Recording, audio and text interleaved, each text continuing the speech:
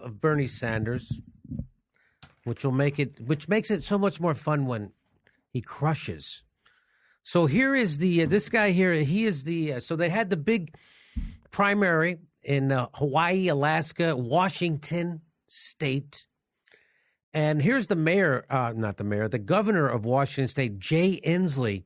He was on CNN.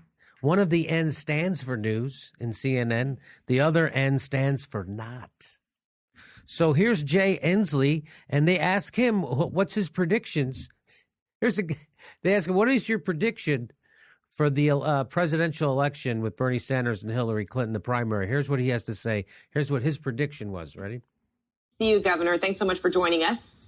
Good morning. Okay, so what's Good day in Washington. All right, glad to be there via satellite. So what kind of turnout are you expecting there in Washington? In the words of the candidate that I think is going to lose, huge. It's going to be a huge turnout today, probably 250,000 people, which could surpass any other time in Washington history. And we're very... So there he is, Mr. Smug being, how did Bernie Sanders do in Washington? I mean, he's the governor of Washington. He must know a little bit about the people and how they vote, right? So he predicts Bernie a big loss. How did Bernie do? Boo! He won 72-27. Is that even possible? He won huge. But I'm sorry, but the governor just told me he was going to lose. And it was a trouncing. Talk about being in touch with your electorate. The guy's the governor.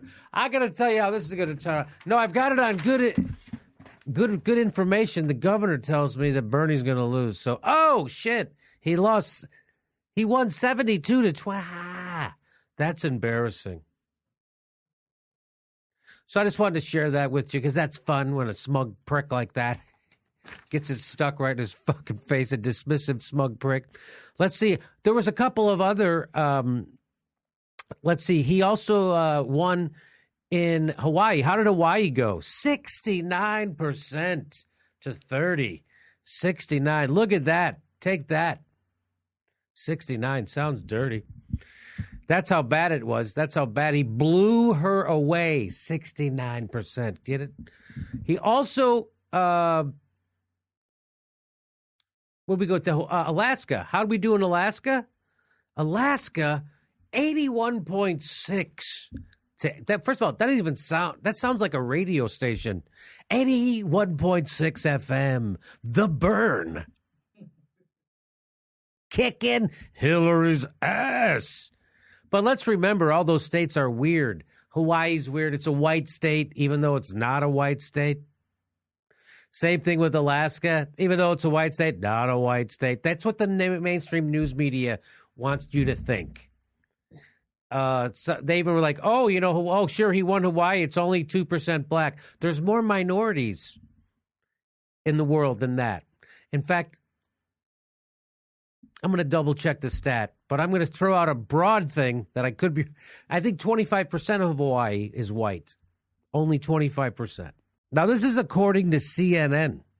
CNN says the caucus states, largely white and rural, are the type of places Sanders traditionally does well. Oh, he does well with white people? I wonder how that will play out in America.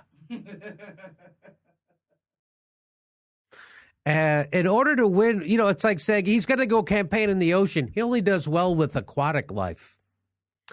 In order to win the nomination, he must replicate this success in another more ethnically diverse state that holds primaries, as he did in Michigan last month.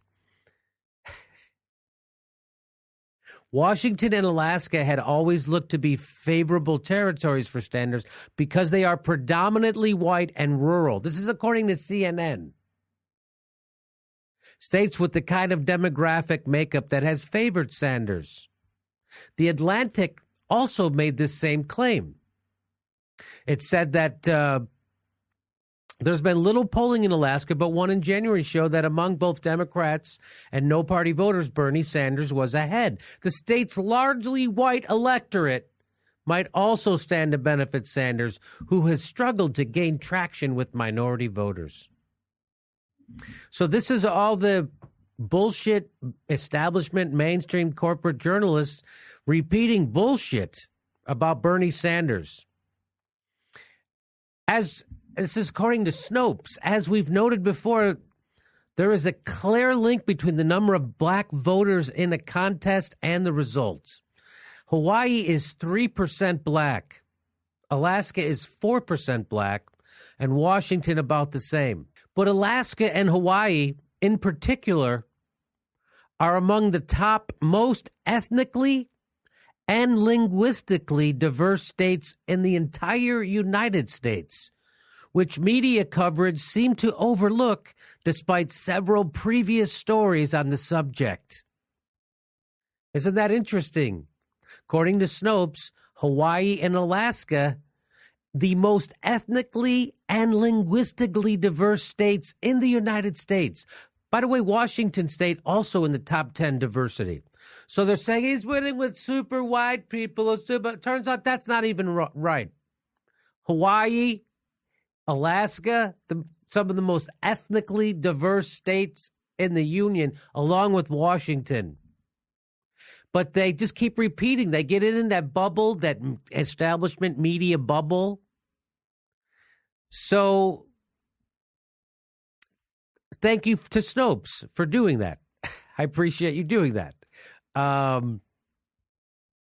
Sure, Snopes goes on to say it's true that Washington State, Alaska, and Hawaii each have low populations of black voters, which the political reporters say will affect the outcome of the election. It's also true that Sanders' campaign has struggled with black and Latino. However, it is definitively untrue that any of these three states are rural and ethnically homogeneous.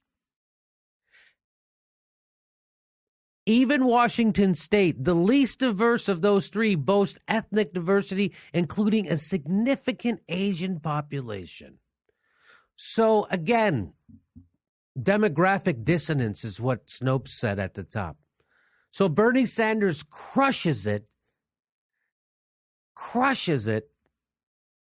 News media dismiss. They always finding ways to dismiss it. Oh, that's a weird K1 Kansas. That's a weird state.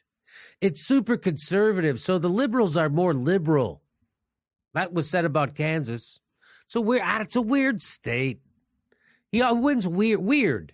He wins white states like, Idaho, Utah, Michigan, Washington State, Hawaii, Alaska. So don't freak out. Don't listen to the mainstream news media. Hey, and let's get back to the real count, right? Let me make sure we understand what the real delegate count is. The real delegate count is 1267 to 1037. Not a big deal. Not insurmountable. So that's 230 delegates, pledged delegates that he has to make up. There's 44% of the primaries